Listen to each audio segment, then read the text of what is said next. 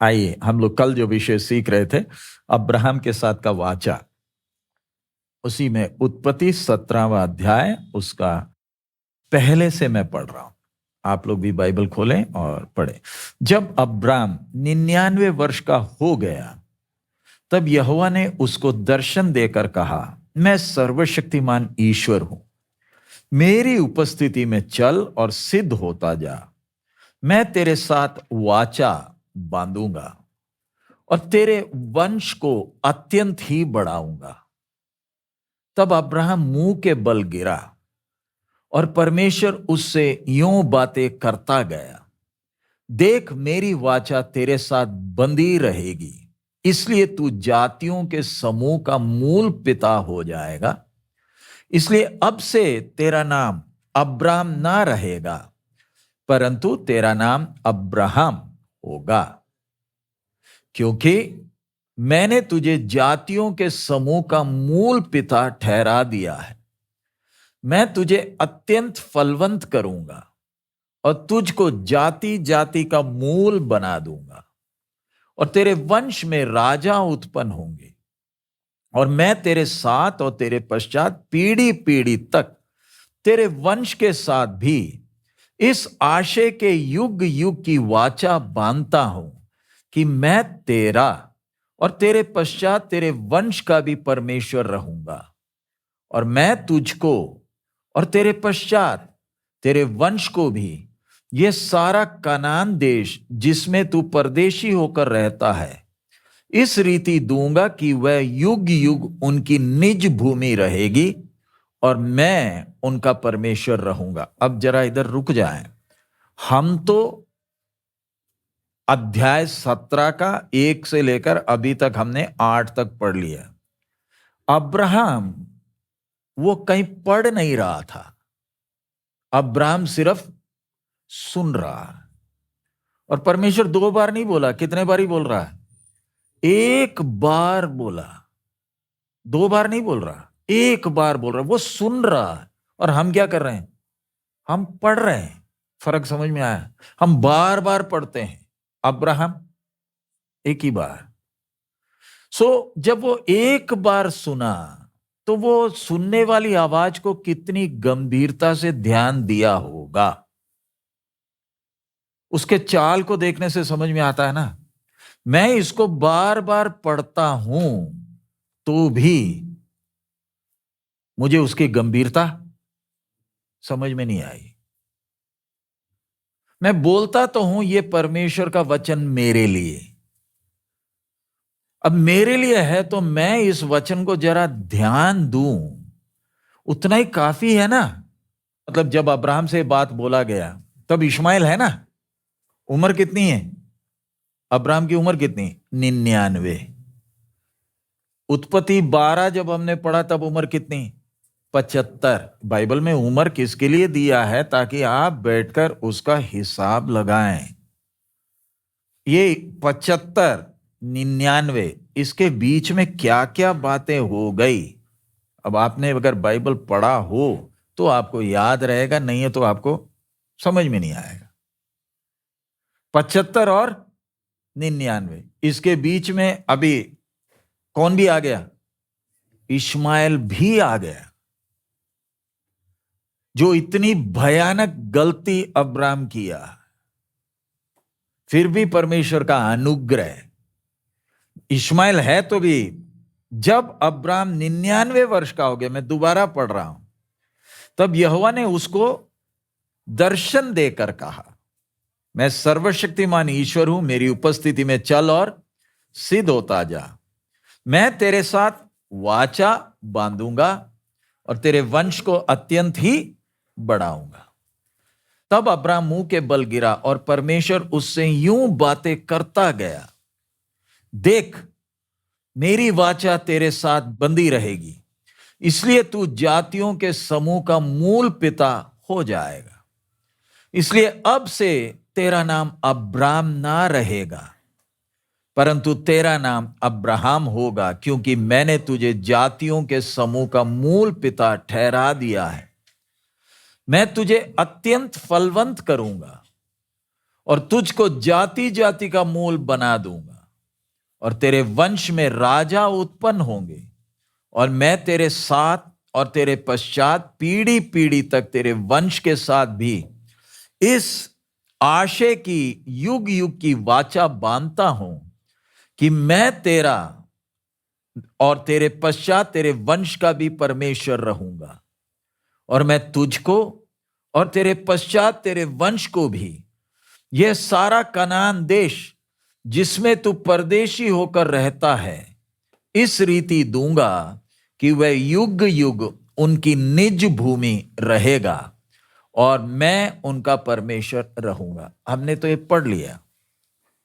अब मुझे नहीं मालूम आप जब पढ़ रहे हो तो क्या आप पढ़ रहे हो या सच में प्रभु की आवाज सुन रहे हो? क्योंकि जब परमेश्वर बात करता है ना, वो बात में बहुत कुछ अलग ही बात है। इसलिए ना हम एक सेवक जब सेवकाई में निकलता है ना, हम उससे पूछते हैं ना, क्या प्रभु ने तुझे सीधा बुलाया है? क्या तूने वो आवाज सुनी है? आज बहुत तेरे सेवकों को अगर हम व्यक्तिगत तौर पर पकड़कर पूछें, बोलिए वो क्षण जब आपको प्रभु ने सेवा में बुलाया, 75% को 75% सुने नहीं। कितने? 100 में से 75 सुने नहीं। उनकी इच्छा है सेवा करना, वो सेवा में क्यों निकले? इच्छा है, लेकिन क्या नहीं सुने हैं? आवाज नहीं सुने।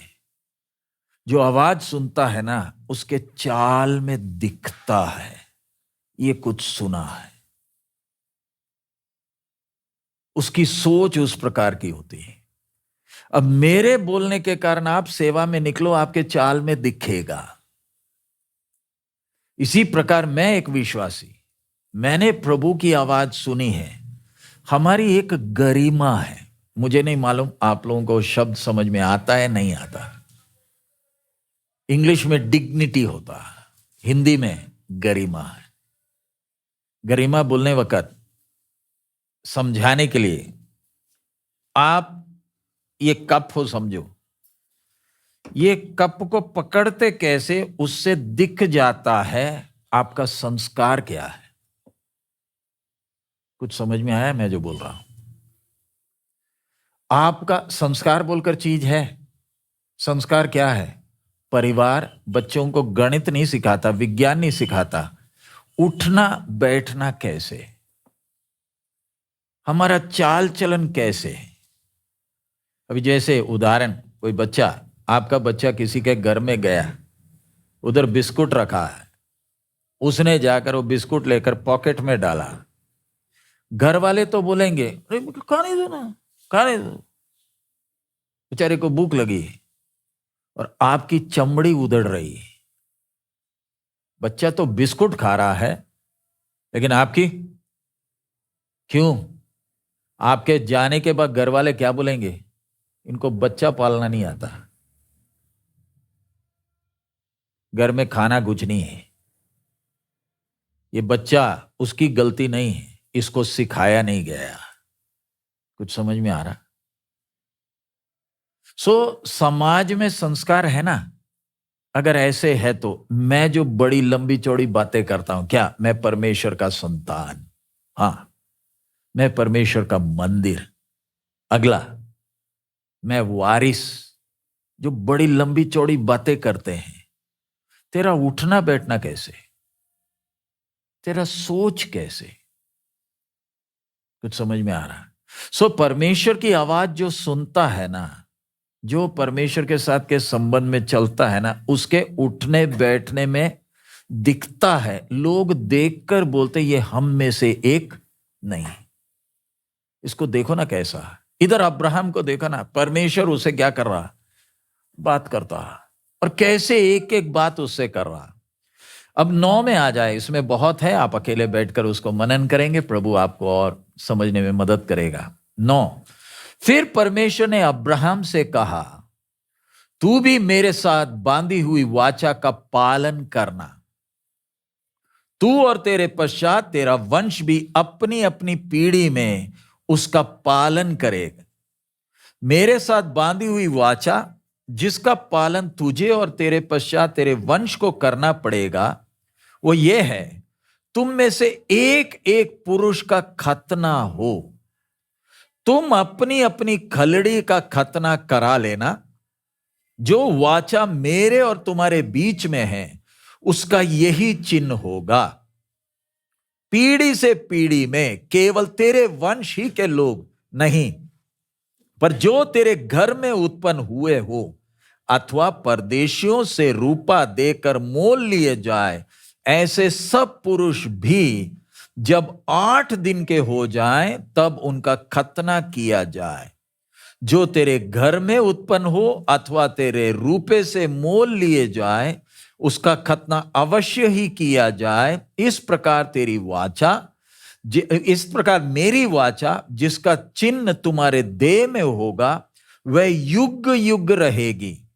जो पुरुष खतना रहित रहे, अर्थात जिसकी खलड़ी का खतना ना हो, वह प्राणी अपने लोगों में से नष्ट किया जाए, क्योंकि उसने मेरे साथ बांधी हुई वाचा को तोड़ दिया।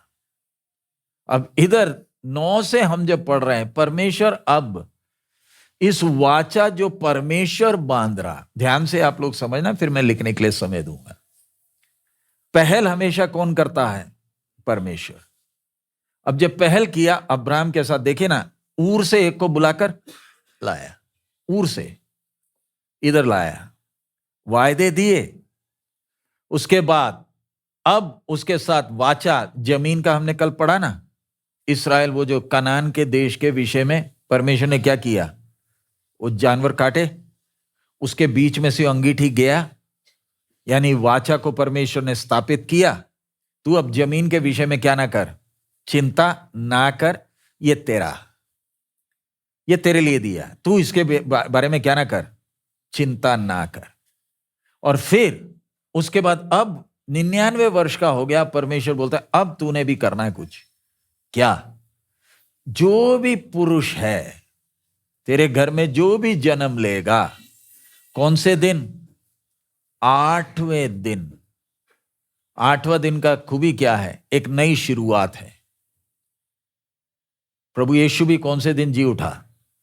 सप्ताह का पहला दिन है ना, वो उनके हिसाब से 7वां कौन सा है? सबत।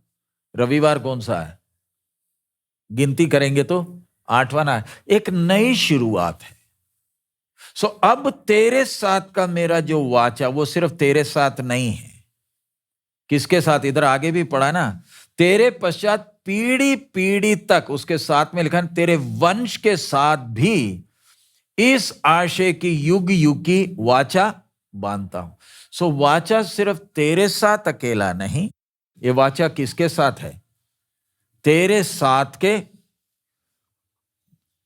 पीढ़ी पीढ़ी तक। इसलिए अभी तक का चिन्ह आदम को सिर्फ चमड़े का खलड़ी पर वो पहनाया, अंगरखा है ना। नूह के समय क्या है? मेघधनुष है। लेकिन अब अब्राहम के समय का जो वाचा है, अब एक एक, अगर किसी ने अगर खतना नहीं किया, आज्ञा क्या है? उसको क्या कर देना? जान से मार देना। उसका एक उदाहरण है ना, मूसा, उसने अपने बच्चों का क्या नहीं किया था? खतना नहीं किया। सराय में परमेश्वर ने उसको क्या कर देना था? जान से मार देना। ये मेरी वाचा का चिन्ह है, और उस अंग में है जिससे अगला पीढ़ी आना है। कुछ समझ में आ रहा है? पीढ़ी दर पीढ़ी, पीढ़ी दर पीढ़ी, हर एक के शरीर में यह चिन्ह होना, इसलिए उस अंग में है। क्यों? हर पीढ़ी, अगला पीढ़ी आएगा ना, अगली बात दर्द का अनुभव है। तेरे को दर्द होना है थोड़ा, तेरे को देखने वक्त लोगों ने बोलना है कि ये हमारी तरह नहीं, ये हमसे अलग है, इनके शरीर में उसका चिन्ह है। ऐसा क्यों? तुझे मैं ऊर से इधर इसलिए लाया नहीं कि तू दूसरों में घुल मिल जाए। तुझे सबसे अलग होकर रहने के लिए मैंने चुना है, इसलिए तेरे को किधर लाया हूं? कनान में। तेरा घर ऊर में, मैं तुझे उधर आशीष दे सकता था। तू हारान में आ गया, मैं तुझे हारान में आशीष दे सकता था। नहीं, तेरे को उधर से सब लोगों से अलग कर कर इस कनान के इस इलाका में लाया, क्योंकि अब तेरे से मैं एक जाति खड़ा करूंगा। क्यों? उस जाति के द्वारा मैं अपनी वाचा को पूरा करूंगा। कौन सा वाला वाचा? जो आदम के साथ बांधा है। आदम के साथ बांधा वाचा क्या है? अनंत काल उस वाचा को पूरा करना। वो तो आदम ने तोड़ दिया, कोई दिक्कत नहीं, तोड़ दिया, लेकिन फिर दोबारा वो जो योजना से बनाया, वो योजना को मैं क्या करूंगा? पूरा करूंगा। इसलिए तेरी हर पीढ़ी में, हर एक के शरीर में इसका क्या होना? चिन्ह होना। तो ऐसे है तो आप और मैं, हम नए नियम के विश्वासी। मैं करता क्या हूं? क्या मैं उस नए नियम के वाचा का भागी हूं? अगर भागी होना है तो मेरा सोच किस प्रकार का होना? बपतिस्मा लेने से काफी नहीं है, प्रभु भोज भाग लेने से काफी नहीं है।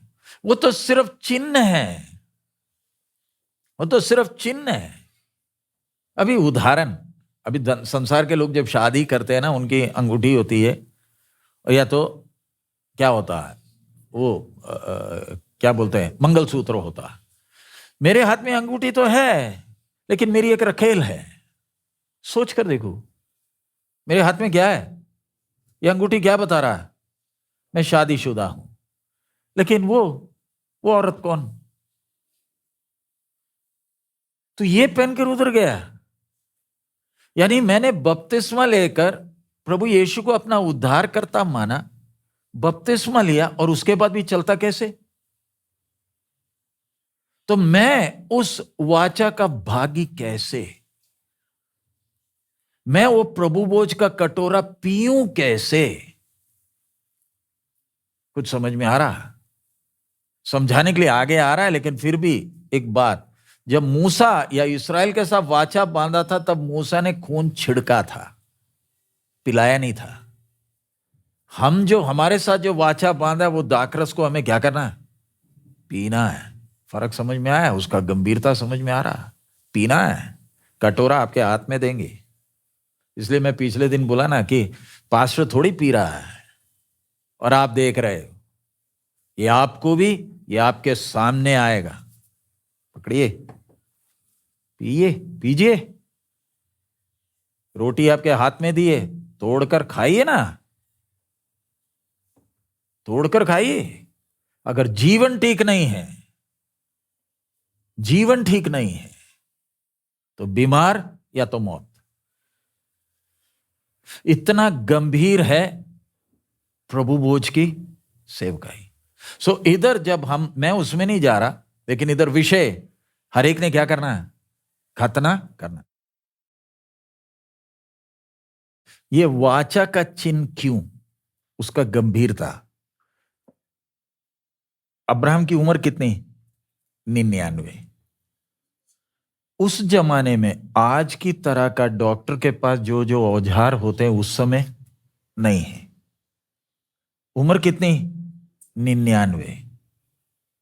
उस समय में अगर ऐसे परमेश्वर बोल रहा है कि तूने ये करना, एक साधारण बात नहीं है। माने तो माने कैसे? अपने शरीर से क्या निकालना है? चमड़ा निकालना, काट कर निकालना है, खून बहेगा। ये बात क्या बताती है? तू करने को तैयार है? तेरे को दर्द होगा तो भी क्या तू मेरी बात मानने को तैयार है?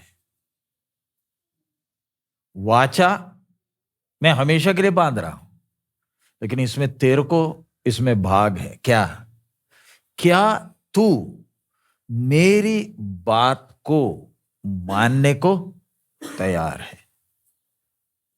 बात मानना है तो क्या बहेगा? खून बहे, कीमत देना पड़ेगा। हम क्या चाहते प्रभु, हम बात तो मानेंगे लेकिन क्या ना दे, कीमत ना दे। दूसरी बात, ये जो चमड़ा हमारे शरीर में कहीं से भी चमड़ा निकल जाता है ना, वापस आ जाता है ना, ये जो तू चमड़ा निकालेगा ये वापस नहीं आएगा। उसका मतलब ये जो वाचा है ये कुछ दिन का नहीं है, ये हमेशा का वाचा है। दूसरी बात समझ में आया? पहली बात क्या है? मेरी बात को मानने के लिए तुझे क्या करना पड़ेगा? जब मूसा की पत्नी ने बच्चों का खलड़ी निकाला, गाली देकर वापस चली गई, मूसा को गाली बककर वो चले गई, तू खूनी पति है बोलकर, क्योंकि दर्द होता, खून बहता, शरीर का नाजुक अंग है, तुझे क्या करना पड़ेगा? कीमत देना पड़ेगा। अगला क्या है? ये जो वाचा है उसका चिन्ह तू जो अपने शरीर में लेकर चल रहा है, ये वाचा कितनी देर का है? ये हमेशा का है। अगला, ये तेरी पहचान। अभी कनान में अशेरा और बाल इन लोग का आराधना होता, इन लोग का आराधना पूरा अश्लील है, वेश्याएं हैं। अगर अगर अब्राहम का कोई संतान इधर कहीं चला गया वो तो फंस जाएगा, क्यों? वेश्या उसे पकड़ लेगी, तू इधर कैसे? ये चिन्ह तुझे पकड़वाएगी। लोगों के बीच में सबको क्या मालूम है कि ये हमारी तरह नहीं। इसी तरह हम विश्वासी, हम भी जब दुनिया के बीच में जाते हैं, हम भी उधर जाकर क्या हो जाते हैं? घुल मिल जाते हैं। इसलिए आज बहुत सारे अपने जेवर के विषय में बोलते नहीं, जेवर पहनना चाहिए, क्योंकि उनके बीच में हम उनकी तरह लगे। परमेश्वर ने वाचा बांधा है तो दुनिया को मालूम चलना है कि ये लोग अलग हैं, ये दूसरों की तरह नहीं। तभी इस वाचा में आपको क्या है? भागीदारी है। समझ में आ रहा है? और आखिरी बात, अगर ये चिन्ह लिया है तो उसका मतलब मैंने अपने इस अलगदाई को क्या करके रखना है? बनाए रखना है। लिख लीजिए, 17वां अध्याय का 15 से मैं पढ़ रहा हूं। फिर परमेश्वर ने अब्राहम से कहा, तेरी जो पत्नी साराई है उसको तू अब साराई ना कहना, उसका नाम सारा होगा। मैं उसको आशीष दूंगा और तुझको उसके द्वारा एक पुत्र दूंगा, और मैं उसको ऐसी आशीष दूंगा कि वो जाति जाति की मूल माता हो जाएगी, और उसके वंश में राज्य राज्य के राजा उत्पन्न होंगे। तब अब्राहम मुंह के बल गिर पड़ा और हंसा, और मन ही मन कहने लगा, क्या 100 वर्ष के पुरुष के भी संतान होगी, और क्या सारा जो 90 वर्ष की है पुत्र जनेगी? और अब्राहम ने परमेश्वर से कहा, इश्माएल तेरी दृष्टि में बना रहे, यही बहुत है। तब परमेश्वर ने कहा, निश्चय तेरी पत्नी सारा के तुझ से एक पुत्र उत्पन्न होगा, और तू उसका नाम इसहाक रखना, और मैं उसके साथ ऐसी वाचा बांधूंगा जो उसके पश्चात उसके वंश के लिए युग युग की वाचा होगी। इश्माएल के विषय में भी मैंने तेरी सुनी है, मैं उसको भी आशीष दूंगा और उसे फलवंत करूंगा और अत्यंत ही बढ़ा दूंगा। उससे 12 प्रधान उत्पन्न होंगे, और मैं उससे एक बड़ी जाति बनाऊंगा। परंतु मैं अपनी वाचा इसहाक ही के साथ बांधूंगा, जो सारा से अगले वर्ष के इसी नियुक्त समय में उत्पन्न होगा। इसके बाद ये तो हमने पढ़ लिया, आपको समझ में आ गया होगा, मैं विश्वास करता हूं, क्योंकि समय कम है, मैं उस सब बातों में नहीं जा रहा। अब 18वां अध्याय में हम देखते हैं ना, परमेश्वर कैसे दो दूतों के साथ अब्राहम के तंबू के बाहर बैठा है।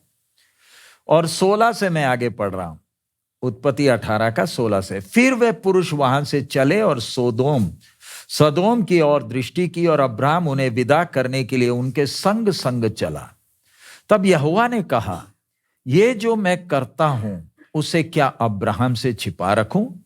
अब्राहम से तो निश्चय एक बड़ी और सामर्थी जाति उपजेगी, और पृथ्वी की सारी जातियां उसके द्वारा आशीष पाएंगी, क्योंकि मैं जानता हूं कि वह अपने पुत्रों और परिवार को जो उसके पीछे रह जाएंगे आज्ञा देगा कि वे यहोवा के मार्ग में अटल बने रहें और धर्म और न्याय करते रहें, ताकि जो कुछ यहोवा ने अब्राहम के विषय में कहा है उसे पूरा करे। सो इधर ये जो आयत हमने पढ़ा 18 और 19, परमेश्वर खुद अब्राहम के बारे में कह क्या रहा है? मुझे मालूम है कि वह अपने पुत्रों और परिवार को जो उसके पीछे रह जाएंगे आज्ञा देगा कि वह यहोवा के मार्ग में अटल बने रहें और धर्म और न्याय करते रहें, ताकि जो कुछ यहोवा ने अब्राहम के विषय में कहा है उसे पूरा करे। यह आयत को जब पढ़ते तो उससे समझ के आता, अब्राहम ये व्यक्तित्व है कैसा। अपने बच्चों को खुली छूट नहीं है, नहीं है। बच्चों को क्या देगा? आज्ञा देगा। हम अपनी अगली पीढ़ी को क्या देते हैं? बोलिए ना, क्या देते हैं? तो फिर ये वाचा का हिस्सा आप कैसे? आपको तो ये वाचा का गंभीरता मालूम ही नहीं है, तभी ना पीढ़ी को क्या दिया? छूट दिया। क्या आप अपने बच्चों को शिक्षा देते हो कि हम बाकियों की तरह नहीं हैं? और हम लेकिन करते क्या है? आजकल के बच्चे तो, अब्राहम का समय भी तो अब्राहम बोल सकता था ना। आजकल के बच्चे जैसे हम बोलते हैं, उस समय उसको बोलने के लिए क्या था? नहीं, तू इस संसार के बाकी बच्चों जैसा नहीं है। अभी भी इधर जो बच्चे लोग बैठे, ध्यान से समझ, हम दूसरे बच्चों की तरह नहीं है। मेरे साथ परमेश्वर ने वाचा बांधा है, मैं परमेश्वर का संतान हूं, मैं दूसरों की तरह क्या नहीं कर सकता? चल नहीं सकता। सो ये विषय अब्राहम, उसके विषय में क्या था? गंभीर। सो जितना आप प्रभु पर भरोसा करते जाओगे, प्रभु आपके लिए रास्ता खोलेगा, खुलेगा। अब उत्पत्ति 22 में आ जाए, मैं पढ़ने नहीं जा रहा, आप सबको मालूम है 22 में हुआ क्या। अब्राहम का परीक्षा है ना, कैसे इसहाक के विषय में परमेश्वर ने कहा तू ले जाकर उसको क्या कर। यानी परमेश्वर ने वाचा बांधी और अब्राहम का सोच, तू जो बोलेगा मैं मानूंगा। आदम ने क्या किया था? तू जो बोलेगा मैं नहीं मानूंगा। लेकिन इस पापी अब्राहम को देख सकते हैं। इससे पहले हमने देखा ना किसको? नूह को। जैसे कहा वैसे ही अब्राहम। पढ़िए इसके साथ यूहन्ना 8:39, जॉन 8:39।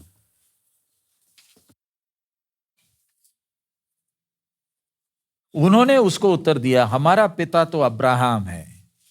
यीशु ने उनसे कहा, यदि तुम अब्राहम की संतान होते तो अब्राहम के समान काम करते। दोबारा पढ़ रहा हूं, उन्होंने उसको उत्तर दिया, हमारा पिता तो अब्राहम है। यीशु ने उनसे कहा, यदि तुम अब्राहम की संतान होते तो अब्राहम के समान काम करते। सो उसका मतलब क्या है? बोलते तो हो कि हम अब्राहम के संतान, लेकिन काम तो बोलकर फायदा क्या है? मैं बोलता तो हूं मैं विश्वासी हूं, लेकिन क्या मेरा आचरण दिखाता है कि मैं क्या हूं? विश्वासी हूं। मैंने जल्दी से बोलकर निकल गया। उत्पत्ति 22, अब्राहम कर क्या रहा? जैसे बोला, हमने बहुत बार इस विषय में प्रचार भी सुना है। परमेश्वर ने 2 बार बोलने की जरूरत नहीं पड़ी, एक ही बार बोला। बेशक कठिन है, तूने दिया, उसको मैं क्या कर रहा हूं? अर्पण। इसलिए ना उसके बाद परमेश्वर ने अब्राहम के साथ क्या किया? शपथ खाया। उसका 16 में, यहोवा की ये वाणी है कि मैं अपनी ही ये शपथ खाता हूं कि तूने जो ये काम किया है कि अपने पुत्र वरन अपने इकलौते पुत्र को भी नहीं रख छोड़ा, इस कारण मैं निश्चय तुझे आशीष दूंगा और निश्चय तेरे वंश को आकाश के तारागण और समुद्र के तीर की बालू के किनकों के समान अनगिनत करूंगा, और तेरा वंश तेरे शत्रुओं के नगरों का अधिकारी होगा, और पृथ्वी की सारी जातियां अपने को तेरे वंश के कारण धन्य मानेगी, क्योंकि तूने मेरी बात मानी है। सो इधर हम अब्राहम के जीवन को जब हम देखते हैं ना, हर कदम में बार बार परमेश्वर बोलता जा रहा है ना, आशीष दूंगा, आशीष दूंगा, आशीष दूंगा। वो क्यों? क्योंकि हर कदम में अब्राहम क्या कर रहा है? जैसे बोला गया है, बिना शर्त के आज्ञा मानते जा रहा। सो मैं अगर परमेश्वर की आज्ञा जैसे प्रभु बोलता है मानते जाऊंगा, तो बाकी सारा काम परमेश्वर क्या करते रहेगा? जो करना है समय पर करते रहेगा। सो आशीष के लिए रुकावट शैतान नहीं। कौन है? कौन है? मैं हूं। ये कभी मत सोचना मेरी आशीष को किसने रोका है। शैतान ने रोका। शैतान नहीं रोक सकता, आप रोकते हो। क्यों? जीवन में क्या नहीं? आज्ञाकारिता नहीं। हम देखते हैं अब्राहम के साथ परमेश्वर ने वाचा बांधा। अब्राहम का समय हो गया। अब उसके बाद 26वें अध्याय में हम आए, उत्पत्ति 26 उसका 1 से। उस देश में अकाल पड़ा।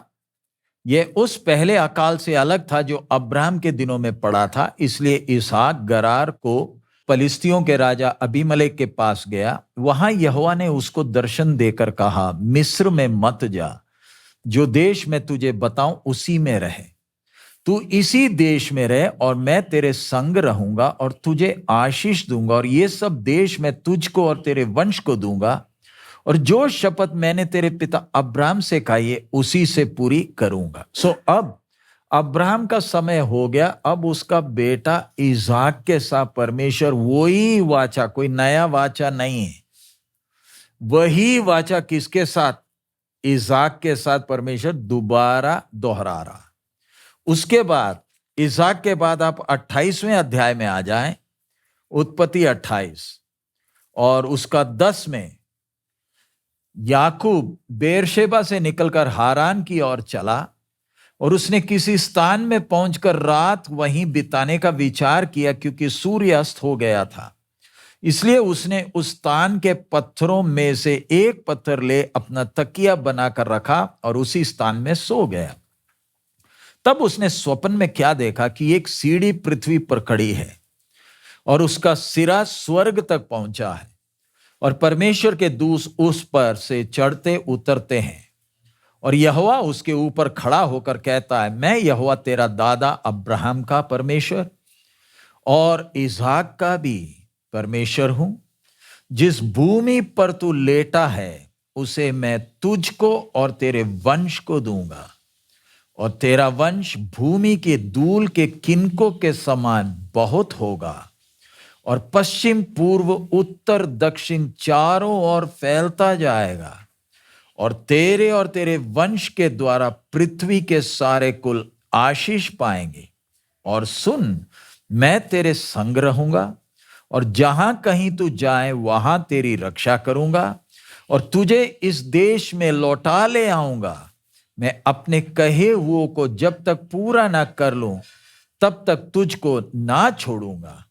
तब याकूब जाग उठा और कहने लगा, निश्चय इस स्थान में यहोवा है, और मैं इस बात को ना जानता था। इधर मैं उस सब बातों में जाना नहीं चाहता। अब ये बात जो हमने पढ़ा है किसके विषय में है? याकूब। रुक जाए, दादा से जो कही थी वही बात परमेश्वर किससे दोहरा रहा है? ऐसे कैसे? क्योंकि दादा बाकी दादाओं की तरह नहीं है। ये दादा की एक खूबी थी, जो भी बात सुना है ना, मानता था और अपने घर को भी आज्ञा देता था। ऐसा अब्राहम होने के कारण, उसको वो वाचा का गंभीरता एहसास होने के कारण, अब्राहम तो मर गया, इसहाक भी मर गया, याकूब। अब्राहम परमेश्वर का कौन था? दोस्त था। तो आप और मैं, हम जब ये वचन सीख रहे हैं, आप में से बहुत लोग पहली बार विश्वास में आए, अगर मैं परमेश्वर के साथ विश्वास योग्य रहूं, परमेश्वर के आमद में देरी हो तो मेरे जाने के बाद मेरी पीढ़ी के साथ वो क्या है? विश्वास योग्य है। लेकिन बात किधर है? मैं परमेश्वर के साथ के इस संबंध को कितना महत्व देता हूं, मेरा चाल कैसा। अब याकूब के साथ क्या बांधा? क्या वही सीढ़ी देखा ना, उसके ऊपर कौन? परमेश्वर। अब जब याकूब भाग रहा है ना, जब वो लूज में पहुंचा, जिधर उसने ये स्वप्न या दर्शन देखा, उस याकूब को कोई एहसास नहीं है, इसहाक को भी एहसास नहीं, अब्राहम को भी पूरा एहसास नहीं होगा कि जिस मिस्र देश में गए, उधर उनकी पीढ़ी कितना साल? 400 साल इन लोग उधर क्या रहेंगे, और फिर वापस आएंगे ना। आपको नहीं मालूम आने वाले दिनों में आपके साथ या आपकी पीढ़ी के साथ परमेश्वर क्या करेगा। मुझे चिंता करने का जरूरत ही नहीं है, कारण मेरे साथ क्या बांधा? वाचा बांधा। वो विश्वास योग्य है। मैं विश्वास योग्य नहीं हूं तो भी वो विश्वास योग्य। लेकिन ध्यान रखना, वो विश्वास योग्य है तो भी मुझे भी तो अपना हिस्सा करना है। मैं यही बोलकर थोड़ी चल सकता हूं कि वो विश्वास योग्य है। जैसे मैंने चलना, क्या मैं चल रहा हूं? एसाव मौका था, बोलिए, पहलौटा था ना, हकदार था, बोलिए। मां के पेट से पहले निकला कौन? एसाव। लेकिन हुआ क्या? खीर को अपने पहलोटे के हक से ज्यादा क्या दिया? कीमत दिया। किसको? खीर। यह हमारे लिए चेतावनी है। मुझे मेरी जरूरत सबसे ज्यादा, मुझे भूख लगी है, मैंने पहलोटा क्या करना है? विश्वास का मैंने क्या अचार डालना है? मैंने तो खाना खाना है। खा लो, खा लो ना। तेरे को जो मौका था वो किसके हाथ में? तेरी पीढ़ी के हाथ में। कुछ समझ में आया? ये हमारे लिए क्या है? अच्छा खासा अवसर खोकर बैठा। अब रोने के अलावा, हे एसाव, अब कोई मौका नहीं। तुझे मौका था, लेकिन तेरे पीछे जो आया वो टेढ़ा था तो भी उसको इस आशीष की कीमत मालूम है। इसलिए परमेश्वर याकूब को साथ वाचा दोहरा रहा, क्योंकि याकूब, उसको क्या मालूम है?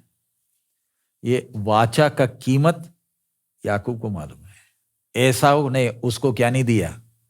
कीमत नहीं दिया। क्लियर हो गया? अब अब्राहम का वाचा में कोई सवाल? वाचा का चिन्ह क्या है? खतना। मैं उसके आत्मिक अर्थ में नहीं जा रहा क्योंकि बहुत बार ले चुके हैं। अब अगला वाचा। अब याकूब के साथ परमेश्वर ने वो सीढ़ी, उसके बाद कुश्ती भी किया ना। अब उसके बाद एक लंबा समय है जब परमेश्वर बात नहीं कर रहा। एक लंबा समय याकूब के साथ परमेश्वर जब बात किया आखिरी बार, किधर है? जब वो किधर जा रहा? मिस्र में। उसने सुना कि यूसुफ जिंदा है। इतने सालों क्या सोचकर बैठा था? यूसुफ मर गए। दुखी भी था, रोया भी था। उसके सामने ना यूसुफ का अंग रखा उधर पड़ा हुआ था, खून में लथपथ। याकूब सोचा क्या? लेकिन एक दिन उसके कान में खबर आई, क्या? यूसुफ जिंदा है। और अब जा रहा। जब गए, कितने लोग थे याकूब के साथ? कुल 70। एक लंबा समय परमेश्वर क्या नहीं कर रहा? बात नहीं कर रहा। अब जब अगला बात कब कर रहा? आप बताइए। आप लोग संडे स्कूल भी पढ़ते हैं। अगला बात कब कर रहा? इसके बीच में एक अंधकार का समय है, बात नहीं हो रही। अगला बात कब? जलती हुई झाड़ी में मूसा से परमेश्वर बात कर रहा। अब इतने समय में क्या क्या नहीं हुआ। याकूब और उसके घराने का सारा बात, यूसुफ मिस्र में गया, उधर सब लोग आ गए, वो सारा यूसुफ का सारा कहानी।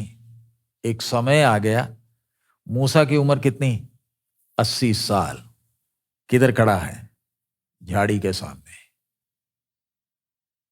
ये इतना समय में आप बस देखिए ना परमेश्वर काम कैसे कर रहा है। मैंने पहले दिन ही आपको बताया, परमेश्वर के सारे काम वाचा के आधार पर है।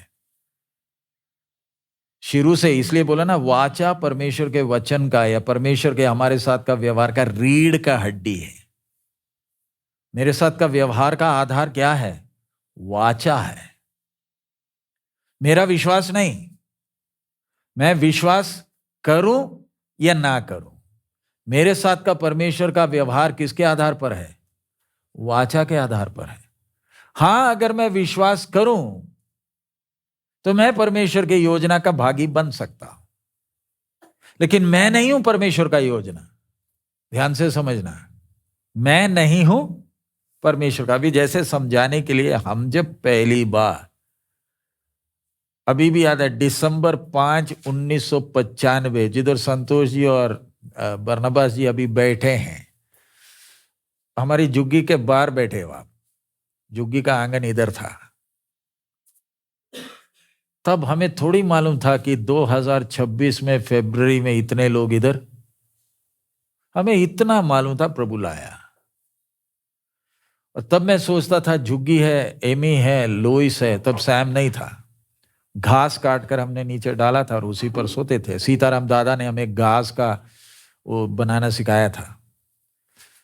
और हम सोचते थे सांप अंदर आ जाएगा, तो गड्ढा खोद कर रखा था। यही सोचता था कि सांप एक गड्ढे से ऊपर नहीं आएगा, लेकिन एक दिन सांप ऊपर से नीचे गिरा। तो उस दिन मेरी सोच क्या थी? आज मैं जब इधर बैठा, तब ये थोड़ी सोचा था। इसी प्रकार जब अब्राहम इसहाक के ऊपर छुरी उठा रहा है, उसे थोड़ी मालूम है एक दिन उसका दोस्त गोलगोथा के ऊपर अपने प्रिय पुत्र के ऊपर क्या उठाएगा। मेरे को और आपको परमेश्वर ने कितने अजीब तरीके से चलाया। हमारे सिर झुक क्यों जाते हैं? हे प्रभु, मैं इसके लिए लायक नहीं, मैं इसके लिए योग्य नहीं। आदम, मेरे बाप आदम ने जानबूझकर वाचा को तोड़ा, लेकिन तू आज तक मेरे साथ क्या बना रहा? विश्वास योग्य बना रहा। सो जब मैं परमेश्वर के स्वभाव को देखता हूं, परमेश्वर के व्यवहार को देखता हूं, मेरे अंदर एक इच्छा क्या आती है, चाहे कुछ भी हो जाए, मेरा प्रभु जो कहेगा मैं उसको पूरा का पूरा मानूंगा, पूरा का पूरा मानूंगा। अब मूसा के समय, अभी हम अगला जो विषय देखने जा रहे हैं, कौन सा वाचा है? मूसा का। लेकिन यह मूसा का वाचा नहीं है। आदम के साथ वाचा बांधा तो मानव जाति के साथ, लेकिन खड़ा कौन था? सिर्फ आदम और हव्वा है, और कोई मनुष्य नहीं है, मनुष्य कोई है ही नहीं। अब जो आएगा पहला वो कौन है? काइन। सोचकर देखिए, ये आदम और हव्वा के साथ वाचा बांधा, इनका पहला औलाद कौन? काइन, जिसको परमेश्वर ने क्या बनाया? बगोड़ा बनाया। लेकिन काइन और बाकी औलादों के बाद एक आनूक आया ना, जिसको परमेश्वर ने मौत को देखने नहीं दिया। फिर एक नूह आया, फिर उसके बाद एक अब्राहम, इसहाक, याकूब आया। अभी तक एक एक व्यक्ति के द्वारा परमेश्वर का व्यवहार। अब परमेश्वर 70 लोगों को किधर ले गया? मिस्र में। अब उधर से जब निकाल कर लाया, कितने? अनुमान है 32 लाख से भी ज्यादा। 70 गए, 32 लाख से ज्यादा। कितने लड़कों को तो नील नदी में इन्होंने फेंका, कितनों को मगरमच्छ ने खा गए।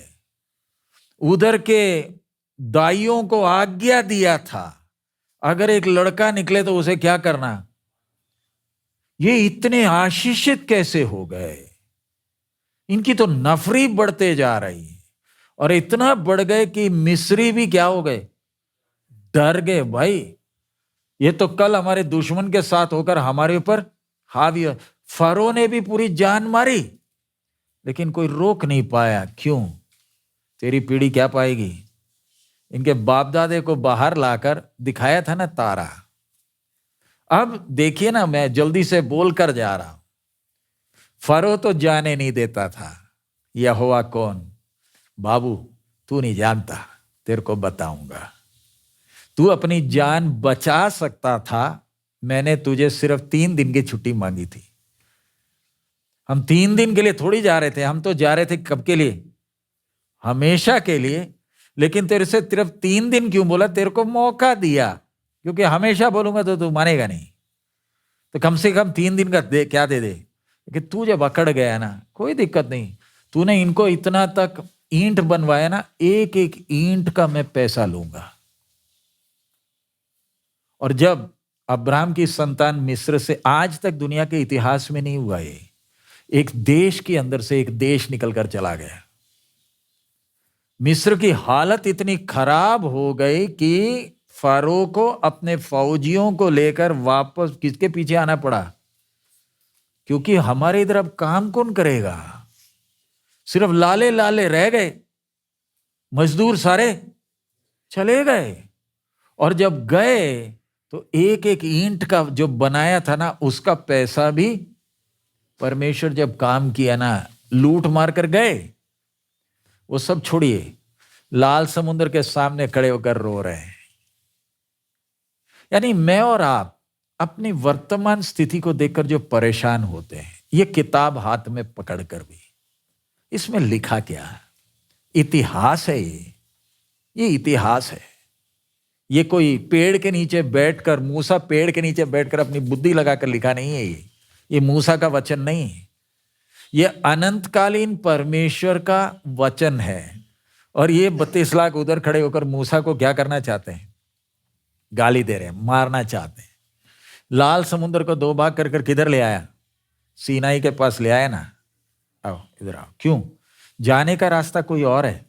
मैं जब ये बोल रहा हूं, आप लोगों को कुछ आइडिया लग रहा है? जो पढ़ा होगा उसको समझ में आएगा, जिसको पढ़ा नहीं है उसको कोई आइडिया नहीं लगेगा। मिस्र कनान जाने का रास्ता ये थोड़ी है। अब्राहम मिस्र में गया था, लाल समुद्र पार करके गया था। यूसुफ, याकूब, ये कौन सा लाल समुद्र पार कर रहे हैं? ये कौन सा रास्ता? रास्ता ये लंबा है तो भी लाया क्यों? क्या बांधना है? वाचा बांधना है। अब तक एक एक के साथ, अब एक नहीं, अब एक राज्य बनाकर, अब इस राज्य के साथ क्या बांधूंगा? वाचा बांधूंगा। कुछ समझ में आया? उसके पहले इसके बीच में क्या क्या हो गया? मूसा भी तैयार हो गया, इस्राएली जो जाना नहीं चाहते थे वो भी तैयार हो गए, और 400 समय में अमोरियों का समय भी पूरा हो गया। यानी परमेश्वर सिर्फ मेरे साथ अकेला काम नहीं कर रहा, किस किस के साथ कर रहा है? बाकी कईयों के साथ काम कर रहा है, ताकि अपनी योजना को पूरा करे। आपको जो करना है आप चुपचाप वो करिए, इनको जो करना है वो इन्होंने करेगा। मूसा गलती क्या किया? मूसा सोचा मैं नहीं करना। कितना साल के लिए भगाया? 40 साल के लिए। किधर? तू जाकर क्या चला? इसलिए ना सोच कर देखिए, अगर अगला फारो को बकरी चरवाया तो भाई साहब आपके लिए क्या रखा है? सोच लो। एक तो अपने शहर को देखकर बोला ना, मेरा बाबलोन मेरी महिमा के लिए बनाया, चल भाई तू अब 7 साल क्या खाएगा? घास का। तो बहुत देर महल में बैठकर बैटर और जाम और ब्रेड और मक्खन और सारा कुछ खाया ना, अब तू 7 साल क्या खा? हाँ, अचार भी नहीं मिलेगा, पापड़ भी नहीं मिलेगा, बिरयानी भी नहीं मिलेगा, अब तू क्या खा? तू मेरे सामने घमंड करता है। दूसरा बोला, मंदिर के बर्तन में मैं दारू पीऊंगा, पिलाऊंगा ना तेरे को पिलाता हूं। एक रात में बाबलोन साम्राज्य क्या हो गया? अभी हम यशायाह का भविष्यवाणी सीख रहे हैं ना, खुसरू राजा जो अन्य जाति है, तू मेरा अभिषिक्त है, तू आ। परमेश्वर जिसको हाथ में लेता है वो सब अभिषिक्त है, चाहे अन्य जाति हो चाहे कोई भी हो। अभिषिक्त का मतलब इसके द्वारा मुझे क्या कराना है? खुसरू आया लोगों को लेकर, किधर? वापस किधर जाओ। सो मेरा बोलने का मतलब, अब हम आकर किधर खड़े हैं? सीनाई में खड़े हैं। आग का खंबा इनको लेकर आया, बादल का खंबा इनको लेकर आया। इधर क्यों लाया? इधर तुम मुझे देखोगे, मैं वही हूं जो तुम्हारे दादा के सामने तंबू के बाहर बैठकर क्या किया था। उससे पीछे जाओगे तो तुम्हारे बाप आदम के साथ मैंने क्या बांधा था? वाचा बांधा था। मैं वही हूं जिसने मेघधनुष में क्या रखा। हम जब मेघधनुष को देखते हैं हम बोलते शुक्र है बारिश रुक गया, और जिसने मेघधनुष रखा है वो बोलता है शुक्र है मेघधनुष है इसलिए तुम बच गए। दोनों एक ही चीज को दो तरीके से देख रहे हैं। हम बोलते हैं हम बच गए, और जिसने रखा है वो क्या बोलता? अगर मेघधनुष ना होता तुम तो गए थे। अगर नूह के समय के लोगों को मैंने बख्शा नहीं तो तुम्हें क्यों बख्शूंगा? मेरे सिर्फ इस मेघधनुष के कारण तुम आज जीवित हो, नहीं तो मैं और आपने आज सूरज का रोशनी देखना नहीं था। उस मेघधनुष के कारण है, यानी वो वाचा के कारण है। इतना क्लियर हो गया? प्रार्थना करें। हालेलुया। एक ब्रेक लेंगे, ब्रेक के बाद फिर